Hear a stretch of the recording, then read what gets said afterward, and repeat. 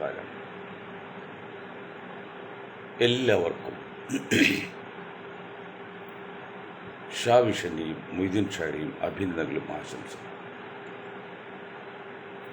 പ്രിയങ്കരനായ ആയിരുന്ന എൻ്റെ നേതാവ് ശ്രീമതി മുസ്തഫ സാഹിബ് അവർ മരണപ്പെട്ടിട്ട് അത് 1ാമത്തെ വാർഷിക ദിനം കഴിഞ്ഞു. ആ മഹാത്മാവിൻ്റെ ആത്മാവിന് ഒരിക്കൽ കൂടി നിത്യശാന്തി നേർന്നുകൊണ്ട് അള്ളാഹുവെ, അങ്ങയുടെ കൃപകടാക്ഷം എൻ്റെ നേതാവിൻ്റെ കൂടിയായ മുസ്തഫ സാഹിബിൻ്റെ കവറിലേക്ക് അനുഗ്രഹം ചൊരിയുന്ന വിനീതമായി അപേക്ഷിക്കുകയാണ്. ബഹുമാന്യരെ, നിങ്ങളുടെ എളിവനായ മൊയ്തീൻ ഷാ ജനിച്ചു വളർന്നത് ചെമ്പറക്കി ഭാഗത്താണ്, ആലുവ ചെമ്പറക്കി. ആ ചെമ്പറയ്ക്ക് തൊട്ടടുത്ത് തന്നെയും മലയാളം വെച്ചു. ചെമ്പറയ്ക്ക് ഒരു പ്രത്യേകതയുണ്ട്. മഹാഭാരതത്തിൽ വനവാസകാലത്ത് ശ്രീരാമനും അനുജനൊക്കെ വന്ന് താമസിച്ചായിട്ട് ചരിത്രം പറഞ്ഞു. ഹെർമൻ പബ്ലിക്കേഷൻസ് അത് ഞങ്ങളുടെ പ്രസാധക സ്ഥാപനമാണ്. അതിൽ കുന്നത്തറ് ഡയറക്ടറി എന്ന് പറഞ്ഞ് ഒരു പുസ്തകം ഇറക്കിയിട്ടുണ്ട്. അതിൽ ഈ കാര്യങ്ങളെല്ലാം പറയുന്നുണ്ട്. അതെന്തോ ആകട്ടെ, അതിനടുത്ത് താമസിക്കുന്ന ഒരു ദളിത് കുടുംബം, ഞാനൊക്കെ ജനിക്കുന്ന മുമ്പേ അവരവിടെ താമസിക്കുന്നതാണ് എൻ്റെ അറിവ്. അപ്പോൾ ഏതാണ്ട് 100 വർഷമായി കാണും. കേസ് നടത്തി ഇപ്പോൾ സുപ്രീം കോടതി എന്തോ വിധിയായി അനുകൂലമായി അവരൊഴിപ്പിക്കാനുള്ള സന്നദ്ധത്തോടെ പോലീസ് ചെന്നു എന്നും അവിടുത്തെ പ്രാദേശിക നേതാക്കളും പോലീസും തമ്മിലുള്ള ഉന്തും തള്ളിലൊക്കെ കുറേ പേർക്ക് പരിക്ക് പറ്റി ഹോസ്പിറ്റലിലേക്കും അല്ലാത്തവരെ സ്വന്തം ജാമ്യത്തിൽ വിട്ടയച്ചു എന്നുള്ള വാർത്ത കിട്ടിയിരിക്കുന്നു. അതെന്തായിരുന്നാലും നൂറ്റാണ്ടായി താമസിക്കുന്ന ദളിത് കുടുംബങ്ങൾക്ക് അവിടെ നിന്ന് മാറേണ്ടി വന്നാൽ അവർ പുനരധിവസിപ്പിക്കാനുള്ള ഉത്തരവാദിത്വം സർക്കാരിനുണ്ട്. ഇത് വെറുതെ പറയുന്നതല്ല, എൻ്റെ അനുഭവം കൊണ്ട് പറയാം. ഫോർട്ട് കൊച്ചിയിൽ ഇതുപോലെ പെട്ടിക്കട വെച്ച് ജീവിക്കുന്ന പാവം മനുഷ്യർ അറിയാലോ, കടുവക്ക് ഇര കിട്ടും പോലെ, ടൂറിസ്റ്റ് കേന്ദ്രങ്ങൾ കിട്ടുന്നത് കടുവക്ക് ഇര കിട്ടും പോലെ സ്ഥിരം ഒരു ബിസിനസ് അല്ല, സീസണൽ ബിസിനസ്സാണ്. കഷ്ടപ്പെട്ട് അപ്പോൾ അവർ ഒഴിപ്പിക്കാനുള്ള ഒരു വലിയ സന്നാഹത്തിനിടയിൽ എന്നെ അവിടുത്തെ കുറേ ബിസിനസ്സുകാർ വിളിച്ചു. അപ്പോൾ ഞാൻ എറണാകുളത്താണ്. ഞാൻ ഉടനെ കളക്ടറായിട്ട് ബന്ധപ്പെട്ടു. കളക്ടറോട് പറഞ്ഞതറിയോ, നമ്മൾ ധിക്കാരോ അഹങ്കാരമൊന്നുമില്ല സർ.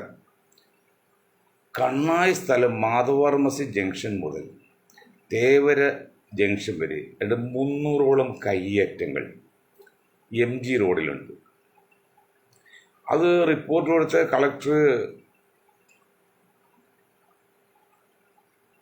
അദ്ദേഹം അച്യുതാനന്ദൻ്റെ ഭരണകാലത്തെ കൊടുത്തു. അദ്ദേഹത്തിന് ആ റിപ്പോർട്ട് ചെയ്യുന്ന പേരിൽ അദ്ദേഹത്തിന് കിട്ടിയ പ്രൊമോഷൻ അറിയോ, സ്ഥലം മാറ്റമായിരുന്നു. അതോടത്ത് വ്യാപാരികളൊക്കെ ഒത്തുകൊണ്ട് അതിന് ഇല്ലാതെയാക്കി. അതെന്തോട്ടെ. അപ്പോൾ ഞങ്ങൾ പറയുന്നു, കളക്ടറോട് പറയാണ്, അതിപ്പോൾ നിങ്ങൾ അവിടെ എന്തെങ്കിലും അന്യായമായിട്ട് ചെയ്യുകയാണെങ്കിൽ ചിലപ്പോൾ കൈവശം ഇരിക്കുന്നത് ചിലപ്പോൾ തെറ്റുണ്ടായിരിക്കാം. അവർക്ക് നിരക്ഷരാണ്, പെട്ടികൾ താമസിക്കുന്ന എന്ത് യോഗ്യത അല്ലെങ്കിൽ എന്ത് ഗ്രേഡ് ക്വാളിഫിക്കേഷൻ ഉണ്ട്, അന്നൊന്നും ജീവിക്കുന്ന പട്ടിപ്പാവാണ്. അവർ നിങ്ങൾ തൽക്കാലം ഒരു പുനരധിവാസം ഉണ്ടാകാതെ മാറ്റിയെന്ന് പറഞ്ഞ് അങ്ങനെ മാറ്റിയാൽ ഞങ്ങൾക്ക് ഇതിൻ്റെ സമരം ചെയ്യേണ്ടി വരും. നാളെ കളക്ടറിൻ്റെ മുമ്പിൽ നിരാഹാരം ഇരിക്കേണ്ടി വരും. അത് മൊയ്തീൻ ഷായെ പോലെയുള്ള ഒരു വയോവൃദ്ധനെ ജനങ്ങൾക്കിടെ മാത്രം ജീവിക്കുന്ന, കുടുംബത്തെ ഒരു പരിധിവരെ മാത്രം സ്നേഹിച്ച, ബാക്കിയുള്ള ജീവിതം മുഴുവൻ ജനങ്ങൾക്ക് സ്നേഹിച്ചൊരു എളിയവനായ മനുഷ്യനാണ്. അപ്പോൾ എന്നെപ്പോലുള്ള വയോവൃദ്ധരെ ആവശ്യത്തിലും അനാവശ്യത്തിലും നിരാഹാരം ഇരിക്കാമെന്ന് പ്രേരിപ്പിക്കരുത് എന്ന് പറഞ്ഞ് വിനയമായിട്ട് പറഞ്ഞതിൻ്റെ പേരിൽ ആ പരിപാടി തൽക്കാലം ഒഴിച്ചു. അപ്പം ഇതുപോലെ ഞാൻ ഈ സംസാരിക്കുന്നതെല്ലാം ചീഫ് മിനിസ്റ്ററെ, പ്രൈവറ്റ് സെക്രട്ടറി അങ്ങോട്ട് നേരിട്ട് കിട്ടുകയാണ്. അത് ലോകം മുഴുവൻ പോകുന്നുണ്ട്, എല്ലാ രാഷ്ട്രീയക്കാർക്കും കിട്ടുന്നതാണ്. അപ്പോൾ അതുകൊണ്ട് സമരത്തിനും സന്നാഹത്തിനോ ഇതൊന്നും രാഷ്ട്രീയപരമായിട്ട് ഗവൺമെൻറ് കുറ്റപ്പെടുത്താൻ നമ്മൾ ആളല്ല, തെറ്റിലും കുറ്റം ഇല്ലാത്തതില്ല. അപ്പോൾ എന്ത് ചെയ്യണം? അവർക്കൊരു പുനരധിവാസം ചെയ്യണം. ഈ പുനരധിവാസം ചെയ്യണമെന്ന് വെറുതെ വന്നില്ല, അതൊന്നും ആർക്കും വെറുതെ ഫ്രീ ആയിട്ട് കൊടുക്കാൻ തരാ സൗകര്യം. അതൊന്നും ആർക്കും കുഴപ്പമില്ല. കാരണം അതെന്താണ്, രണ്ട് പേർക്കാണ്, ഒന്ന് സമ്പന്നനാണ്, സവർണനാണ്. സമ്പന്ന സവർണ്ണ ഇവിടെ നിയമം ബാധകമല്ല. അത് ലക്ഷമുള്ള പ്രഭുവാണെങ്കിൽ കോടിയുള്ള ഈശ്വരന്മാർക്ക് നിയമം ബാധകമല്ലല്ലോ. അതുപോലെ ആ രീതി തുടർന്ന് പോകും, അതൊക്കെ ഇല്ലാതാക്കാൻ പറ്റുന്നില്ല. പക്ഷെ എങ്കിലും അന്ധമായ വിരോധം. ഇതിലും ഒരു കക്ഷി ദളിതാണ്, മറ്റു കക്ഷി സവർണ്ണാണ്. അത് സവർണ്ണ കുറ്റപ്പെടുത്തുന്നല്ല പറഞ്ഞത്, ദളിതൻ കുറ്റപ്പെടുന്നതാണ്. അതിൻ്റെ എന്തുകൊണ്ടാണ് ഷർട്ടിൻ്റെ പശ്ചാത്തലമൊക്കെ അന്ന് സ്വാമി പറയുന്നത്, പൂണൂലുധാരികൾക്ക് മാത്രമാണ് അമ്പലത്തിൽ കയറാൻ പറ്റുള്ളൂ, അതുകൊണ്ട് എല്ലാത്തിനും ആണോ ഇല്ലെന്ന് അറിയാൻ വേണ്ടിയാണ് എന്ന് പറഞ്ഞ ഒരു രീതി പറയുന്നുണ്ട്. അത് ഏതുപോലെ എന്ന് വെച്ചാൽ ഞാനൊരിക്കൽ പറയാം, ഈ ബുദ്ധിയും മനഃശാസ്ത്രവും കൈകാര്യം ചെയ്യുന്ന നേതാക്കന്മാരും പുരോഹിതന്മാരും സന്യാസിമാരൊക്കെ ഉണ്ടല്ലോ. ഈ മേനക, ഞാൻ ഒരിക്കൽ പറഞ്ഞിട്ട്, മേനക ജംഗ്ഷനിൽ ഈ ALS എന്ന സാധനം വിൽക്കാണ് ഒരു വഴിയാത്ര കളിക്കാരൻ. അപ്പോൾ അദ്ദേഹം എല്ലാം പറഞ്ഞ് നടത്തിയിട്ട് ALS കാണിച്ച് പറഞ്ഞേ, നിങ്ങളുടെ കയ്യിൽ എത്ര രൂപ എടുത്ത് കാണിച്ചെന്ന് പറയും. അപ്പോൾ എന്താണ് 50 രൂപയുണ്ട്, 30 രൂപയുണ്ട്, 100 രൂപ. സ്ത്രീകൾ പാവങ്ങളവർ പറഞ്ഞു, നിങ്ങൾ കണ്ണുകൊണ്ട് എല്ലാ പുരുഷന്മാരെയും കാണാം, മറ്റു പുരുഷന്മാർക്ക് നിങ്ങളുടെ മുഖം കാണാൻ പാടില്ല എന്ന് പറഞ്ഞാൽ അപ്പോൾ നിങ്ങൾ കണ്ണുകൂടി ഇറക്കണം. അതിനേക്കാൾ നല്ല അങ്ങനെ ഒരു വിശ്വാസമുള്ള മുസ്ലിങ്ങൾ ഇന്ത്യയിൽ ജീവിക്കുന്ന അഭിപ്രായം ഞങ്ങൾക്കില്ല കേട്ടോ. എന്തൊക്കെ പറഞ്ഞാലും ശരി, അവർക്ക് മറ്റു വഴി നോക്കാനുള്ളത്. അത് പബ്ലിക് സ്ഥലത്തെ പറയുന്നുള്ളൂ, അല്ലാതെ പിന്നീട് നിങ്ങളുടെ വീട്ടിലോ അല്ലെങ്കിൽ നിങ്ങളുടെ പള്ളിയിലോ ഒക്കെ പോകുമ്പോൾ എന്ത് ചെയ്യും, കുഴപ്പമില്ല. പബ്ലിക് സ്ഥലത്ത് ഉദാഹരണം പറഞ്ഞാൽ ഇപ്പോൾ ഇലക്ഷൻ വരാണ്, ഇലക്ഷൻ അങ്ങനെ തിരിച്ചറിയണ്ടേ, അല്ലെങ്കിൽ ഓപ്പറേഷൻ തിയേറ്ററിൽ കയറി, ഹോസ്പിറ്റലിൽ കയറി ഓപ്പറേഷൻ ചെയ്യണം, അപ്പോൾ ആ ഡോക്ടർ കാണണ്ടേ.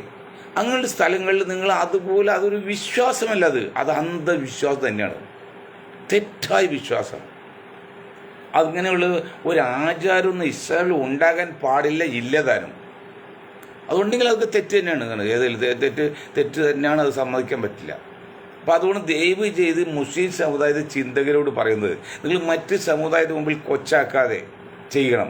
ഇത് ബസ്സിലൊക്കെ കയറുമ്പോൾ ഇപ്പോൾ അപൂർവം ഒരു കുഞ്ഞ് കയ്യിലുണ്ടാവും, ഒരു കുഞ്ഞ് വയറ്റിലുണ്ടാവും, പിന്നെ ഒരു കുഞ്ഞ് വെക്കത്തുണ്ടാവും.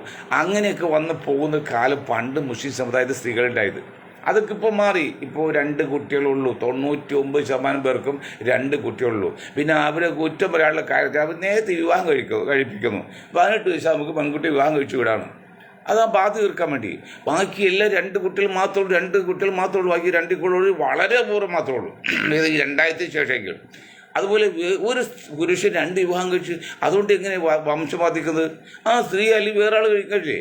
ഇങ്ങനെയുള്ള അന്ധവിശ്വാസങ്ങളും അനാചാര്യങ്ങളും തെമ്മാടത്തരെയും നമുക്ക് സപ്പോർട്ട് ചെയ്യാൻ പറ്റില്ല, അത് ഏത് ജാതി പറഞ്ഞാലും. പക്ഷെ തെറ്റ് തന്നെയാണ്, ഈ മുഖം മറക്കുക എന്നുള്ളത് തെറ്റാണ്, അതിന് നമ്മൾ യോജിക്കാനും പറ്റില്ല. ഏതായാലും സനാതന ധർമ്മത്തെ കുറിച്ച് ഇപ്പോൾ നമ്മുടെ ജയശങ്കർ വക്കീൽ പറഞ്ഞു, അതിപ്പോൾ ചിന്തിക്കേണ്ട വിഷയമല്ല. അങ്ങനെയില്ല, ഈ സമുദായത്തെ അറിഞ്ഞോ അറിയാതെയോ എവിടെയെല്ലാം കൊച്ചാക്കാൻ പറ്റുമോ, നശിപ്പിക്കാൻ പറ്റുമോ, അതെല്ലാം മറ്റ് ഇതര സമുദായങ്ങളിലെ സമ്പന്നരും സവർണം ചെയ്യുന്നുണ്ട്. പാവപ്പെട്ട എന്നൊന്നും ചെയ്യുന്നില്ല, സമ്പന്നനും സവർണം. കാരണം ഇതിൽ ഈ 2 കൂട്ടർക്ക് അവരൊപ്പം വരാൻ പാടില്ല, ആനുകൂല്യം അവർക്ക് കിട്ടണം. അങ്ങനെ നിൽക്കുമ്പോൾ എന്തൊരു ആത്മാർത്ഥയാണ്, അതൊന്നും ഇപ്പോൾ ചിന്താ വിഷയമല്ലെന്ന് പറഞ്ഞത്.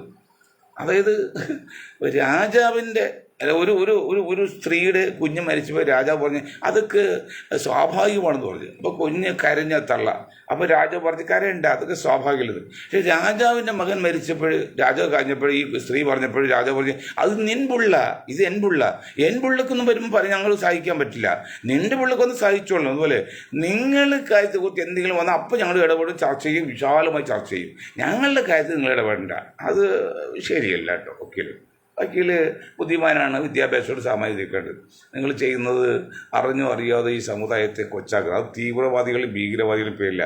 ഈ ഒരു കാര്യം പറഞ്ഞാൽ നിർത്താം. എന്താണെന്നറിയോ, ഈ തീവ്രവാദികളുടെ ഭീകരവാദികളുടെ പേരിൽ നിങ്ങൾ പറയുമ്പോൾ എന്താ എനിക്ക് മനസ്സിലാകാത്ത കാര്യമാണ്. ഞാൻ ഒരുപാട് കാര്യങ്ങൾ ലോകത്തെക്കുറിച്ച് മനസ്സിലാക്കാൻ ശ്രമിച്ചാണ്. കഴിഞ്ഞ 70 വർഷം ചിന്ത തന്നെയായിരുന്നു, പഠനമൊക്കെ ആയിരുന്നു. പക്ഷേ ആകെ തീവ്രവാദികൾ 1% ഇല്ലെന്ന് പറഞ്ഞു.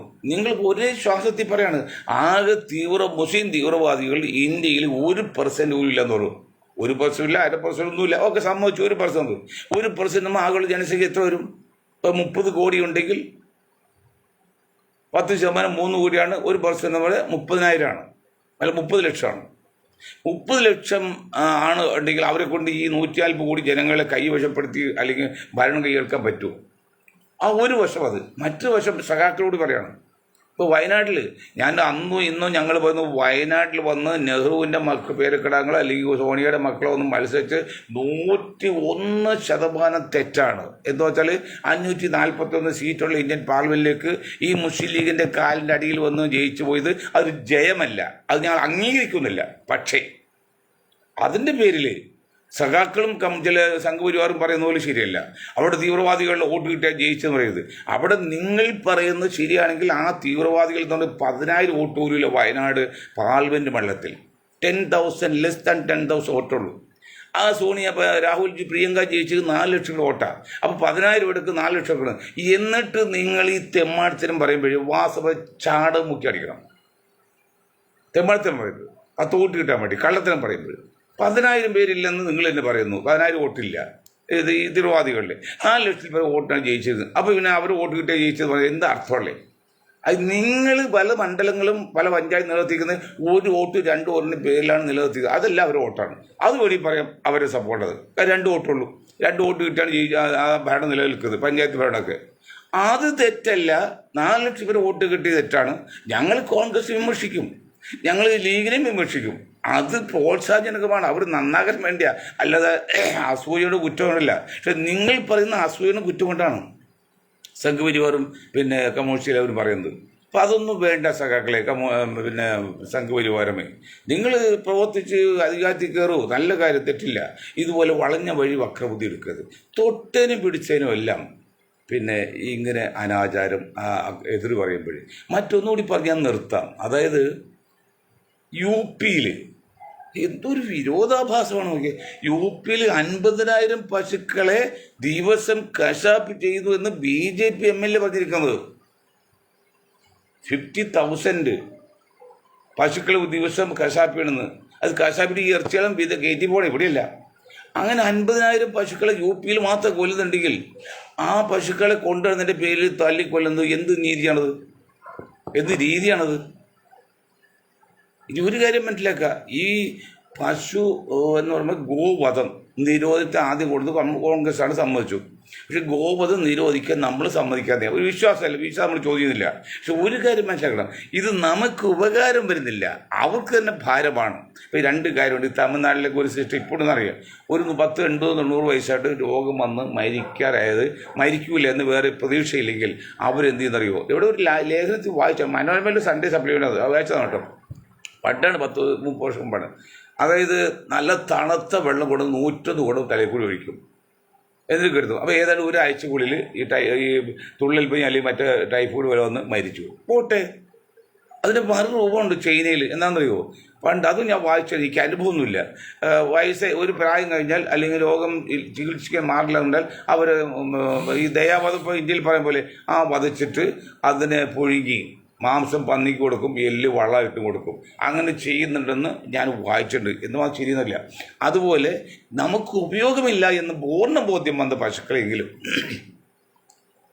അറുക്കാതെയോ ചില തല്ലിക്കൊല്ലുക പോലെ ദിനം തല്ലിക്കൊന്നാലും മതി, അങ്ങനെ തിന്ന് അത് ഭാരം ഒഴിക്കാൻ നല്ലത്. അങ്ങനെ അതുപോലും ചെയ്യാൻ പറ്റാതെ സ്വന്തം അച്ഛനെ അന്വേഷിക്കാത്ത കാലമാണ് ഇപ്പോൾ. അമ്മയെ അന്വേഷിക്കാത്ത കാലമാണ് മക്കൾ. അപ്പോൾ പിന്നെ ആദായം ഇല്ലെങ്കിൽ പശുക്കളെ അന്വേഷിക്കുമോ? അങ്ങനെ ഈ പശുക്കളെ തെരുവിലേക്ക് അയച്ചുവിടും. ഗുജറാത്തിലൊക്കെ സ്ഥിതിയെ പറഞ്ഞു, തെരുവിലേക്ക് അയച്ചു വിട്ടിട്ട് അവിടെ കിടന്ന് അലഞ്ഞു തിരിഞ്ഞ് നടന്ന് പട്ടിണി ചത്തുവും.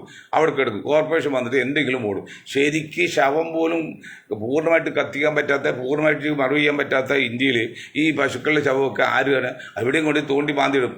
അതങ്ങനെ കിടക്കും. അങ്ങനെ ലക്ഷക്കണക്കിന് പശുക്കൾ കിടന്നപ്പോഴാണ് ഒരിക്കൽ ഭൂകമ്പം വന്നൊരു ഒപ്പത്തിന് വെള്ളപ്പൊക്കം വന്നു. അങ്ങനെ പ്ലേഗ് വന്ന് ഗുജറാത്തിൽ ലക്ഷക്കണക്കിന് ആൾക്കാർ മരിച്ചത് ഈ ഒരു കാരണം കൊണ്ടാണ്. അപ്പം അങ്ങനെയുള്ള സാധനങ്ങളെങ്കിലും പാവപ്പെട്ട ഇന്ത്യക്കാരൻ്റെ പ്രധാന ആഹാരം പ്രോട്ടീന് പകരം ഉപയോഗിക്കുന്നതാണ് ഈ കന്നുകാലി ഇറച്ചിയിൽ ഈ പശുവിൻ്റെ ഇറച്ചിയൊക്കെ. അതെങ്കിലും ഉപയോഗിക്കാൻ അനുവാദം കൊടുത്തൂടെ? നമ്മളെ അമ്മയെ ബഹുമാനിക്കണം, ഗോമാതാവ് ബഹുമാനിക്കണം. അത് എന്തുകൊണ്ടാണ് പറയാൻ കഥയോ? ഇന്ത്യ ഒരു കാർഷിക രാജ്യമാണ്. കൃഷി കൊണ്ട് ജീവിക്കുന്നത് 70% പേരും കൃഷി കൊണ്ട് ജീവിക്കുന്നത് നമ്മളൊക്കെ പഠിച്ചിരിക്കുന്നത്. പക്ഷേ എന്നിട്ട് എന്താ കുഴപ്പമെന്നറിയോ? 70% കൃഷി കൊണ്ട് ജീവിക്കുന്ന കർഷകരുള്ള രാജ്യത്ത് 10ാം ക്ലാസ് പഠിച്ചു കഴിഞ്ഞാൽ കുട്ടികൾ 2 പേരും വിത്ത് കാണിച്ചത് ഏത് വിത്താന്ന് ചോദിച്ചാൽ അവർക്കറിയില്ല. അപ്പോൾ ആ വിദ്യാഭ്യാസം കൊണ്ട് ഈ കാർഷിക മേഖലയായിട്ട് എന്താ പ്രയോജനം? അതാ ഞങ്ങളിപ്പോൾ 5ാം ക്ലാസ് വരെ പ്രാഥമിക വിദ്യാഭ്യാസം കഴിഞ്ഞാൽ 5% പേര് തക്കാളിയും പരിപ്പും കഴിക്കാൻ തീരുമാനിച്ചാൽ നമുക്ക് തക്കാളിക്ക് 1000 രൂപ തക്കാളി കിട്ടുമോ? അത് ഉണ്ടാക്കാൻ കപ്പാസിറ്റി ഉണ്ടോ? നമ്മൾ ടി വി ഉണ്ടാക്കുമ്പോൾ തക്കാളി അത് വിത്ത് കുഴിച്ചിട്ട് 5-6 മാസം പിടിക്കും. അത് കൂട്ടായി എന്ന് പറഞ്ഞാൽ 25% കൊടുത്ത്. പണ്ടൊക്കെ വില വർധനവ് 10%. ഇന്നിപ്പോൾ നേരെ 20%. മട്ടനുണ്ട് 800 900 8%, 10%, 15%, 15 കൂട്ടം. അങ്ങനെ നിത്യവകം വാണം കൂട്ടുന്ന പോലെ വില കൂടിയവരാണ്. ഇതിനെക്കുറിച്ച് ചിന്തിക്കാനോ സംസാരിക്കാനോ ആർക്കും താല്പര്യമുണ്ടോ, സമയമുണ്ടോ? എല്ലാവർക്കും അനാവശ്യ കാര്യം ചർച്ച ചെയ്ത് അതേക്കുറിച്ച് വെച്ച് നോക്കുമ്പോൾ നമുക്ക് ജയശങ്കർ പറഞ്ഞ് സമ്മതിക്കാം. പക്ഷെ അത് ഈ സനാതന പരമ്പര പറയരുത്, എല്ലാം വരുമ്പോൾ പറയണം. അപ്പോൾ അതുകൊണ്ട് ആരും ആരേക്കാൾ മോശമല്ല എന്ന തത്വം കണക്കെടുത്ത് പറയട്ടെ. നമ്മൾ അന്ധമായിട്ട് ആരെയും എതിർക്കുകയും ചെയ്ത് അന്ധമായിട്ട് ആരെയും നമ്മൾ വിശ്വസിക്കുകയും ചെയ്ത് എല്ലാവർക്കും തുല്യമായിട്ട് ജീവിക്കാനുള്ള ഒരു സാഹചര്യം ഉണ്ടാക്കേണ്ട ബാധ്യത എന്നെപ്പോലെ നിങ്ങൾക്ക് ഉണ്ടെന്ന് പറഞ്ഞുകൊണ്ടും മലയാള ഭാഗത്ത് കുടിയൊഴിപ്പിക്കാൻ ശ്രമിച്ച ആ ദളിത് വിഭാഗങ്ങൾക്ക് മാന്യമായ അവർക്ക് നീതി ലഭിക്കണം, മാന്യമായ ഒത്തീർപ്പോടി സർക്കാർ ഇടപെടണമെന്ന് പറഞ്ഞുകൊണ്ട് ഞാൻ നിർത്താണ്. നിങ്ങൾക്ക് ഒരായി നന്ദി ചെയ്യുന്നു.